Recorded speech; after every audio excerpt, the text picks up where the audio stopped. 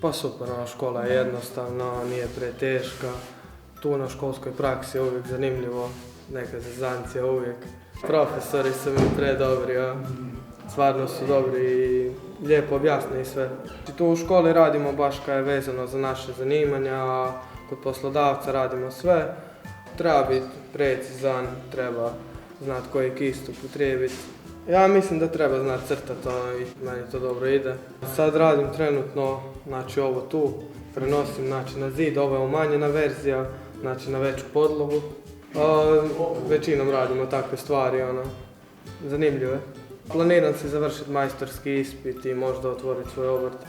To nije klasično malanje, krećenje kad ljudi zovu i tako dalje. Radimo izuzetno fine dekorativne poslove. Vani u inozemstvu se to zove dekorater, a mi to za sada još uvijek zovemo samo soboslikar. Ali ovo su dekorateri koji ukrašavaju naš svakodnevni prostor, iznutra i izvan. Naši učenici koji su bili u inozemstvu ostvarili su izuzetne uspjehe. Čak smo imali primjere da su ih tamo majstori ljudi htjeli zadržati se sekunde da ostanu raditi, a naši učenici su bili tada u drugom razredu. To su graditeljska zanimanja koja pokrivaju unutrašnja uređenja, obojenja, pročelja za soboslikare, a monteri su gradnje obavljaju unutrašnja uređenja, pregledne zidove, spuštene stropove. Ja osim što sam stručni učitelj za soboslikare, ličioce i montere suhe gradnje, imam i svoj obrt.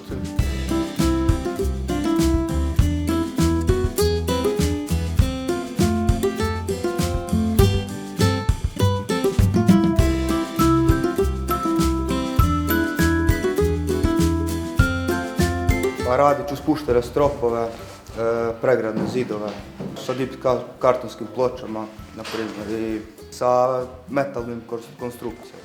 Kad završim školu imat ću posao odmah. Naši učenici kada završe 3. razred, znači trogodišnje školovanje, su kompletno osposobljeni za izradu obojenja unutrašnjeg i vanjskog prostora. Znači, pod unutrašnjim prostor smatram sobu, kuhinju i tako dalje. Pod vanjski prostor smatram fasadu. To su osnovne baze, to je već su sposobni u 2. razredu. Nakon završenog 3. razreda su sposobni izraditi apsolutno sve moguće vrste dekoracija, imitacije mramora, oslikavanje prostora u bilo kojem mogućem obliku, bilo kojim bojama, bilo kojim načinom i tako dalje. Znači sve ono što, recimo danas ja se znam šaliti, vidi se na YouTube kao svaka domaćica to može napraviti. Ne može.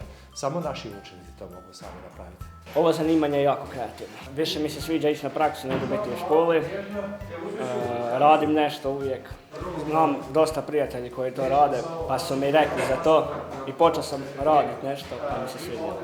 Radimo konstrukciju, na njih šrafimo gipskartonske ploče, ima ih puno vrsta za različite namjene. Radimo pregradne zidove, spuštene stropove, uređenje potkrovlja, izoliranje zidova, Armstrong. Idemo u Njemačku na 2 tjedna, tamo ćemo raditi svoju struku, idemo naučiti nešto novo. Kad završim školu čeka me posao u firmi gdje idem na praksu. Nemojte ograničavati svoje gledište na to da je onaj koji slika ili oboja zid mora biti samo muškarac.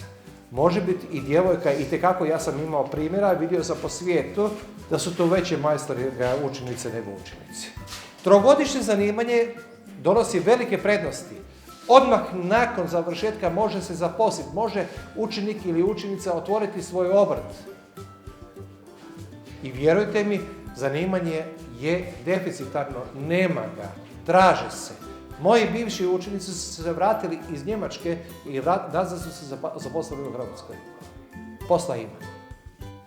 Jednim kvalitetnim pristupom prema učenicima, roditeljima, upoznavajući sa situacijom koja je trenutno kod nas na tržištu, sa samom plaćom koju te djelatnosti trenutno imaju na tržištu, držim da bi to zbilja trebalo biti kvalitetan poticaj za upisivanje učenika u tije djelatnosti, jer držim da plaće koje su trenutno takve kako jesu, a znatne su, u sljedećih nekoliko godina će tu sigurno još uslijediti određen pomak na više i držim da su to djelatnosti koje su zbilja interesantne što se tiče opstanka i da je to jedna budućnost tim učenicima sigurna da neće imati potrebe razmišljati o odlasku van Hrvatske.